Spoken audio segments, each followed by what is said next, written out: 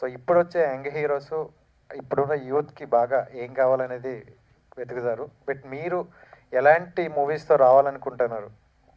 Yeah అంటే something అంటే కొంచెం యూనివర్సల్ యాక్సెప్టెన్స్ అండి. అంటే లైక్ యూనో ఒక పెద్దవాళ్ళ దగ్గర నుంచి చిన్నపిల్లల దాకా, మాస్ ఆడియన్స్ దగ్గర నుంచి క్లాస్ ఆడియన్స్ దాకా అందరు ఎంజాయ్ చేసే సినిమా గురించి నేను చూస్తున్నాను.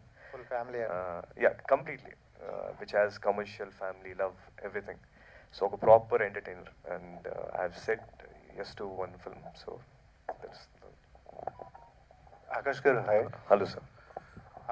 యాక్చువల్గా అయితే బ్రాండ్స్లోకి దిగేప్పుడు ఎవరైనా కానీ ఓ 2-3 హిట్లు ఇచ్చిన తర్వాత వస్తూ ఉంటారు. బట్ మీరు అంటే ఇంకా సక్సెస్ కోసం ఇంకా మీరు హంట్ చేస్తున్న హీరో, సో వెంటనే రావడానికి రీజన్ అండి? అది మీరు వీళ్ళని అడగాలి సార్. వీళ్ళు ఎందుకు నా దగ్గరికి వచ్చారు, సక్సెస్ఫుల్ హీరోస్ దగ్గరికి ఎందుకు వెళ్ళలేదు, అంటే ఇప్పుడే ఈ బడ్డింగ్ యాక్టర్ దగ్గరికి ఎందుకు వచ్చారో మీరు వీళ్ళని అడగాలి.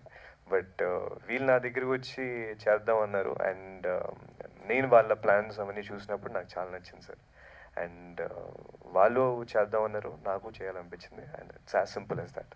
అంటే మీ ఏజ్ గ్రూప్ హీరోస్ కొంతమంది చూసుకుంటే తేజ సజ్జా హనుమాన్తో పెద్ద బ్లాక్ బస్టర్ కొట్టారు. Yes sir.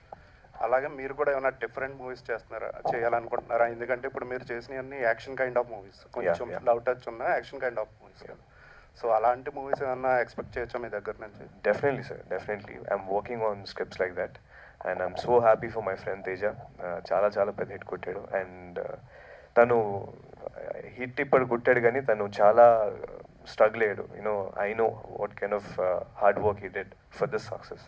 సో అలాగే ఇంకా మేమందరం అలాగే కష్టపడుతున్నాం.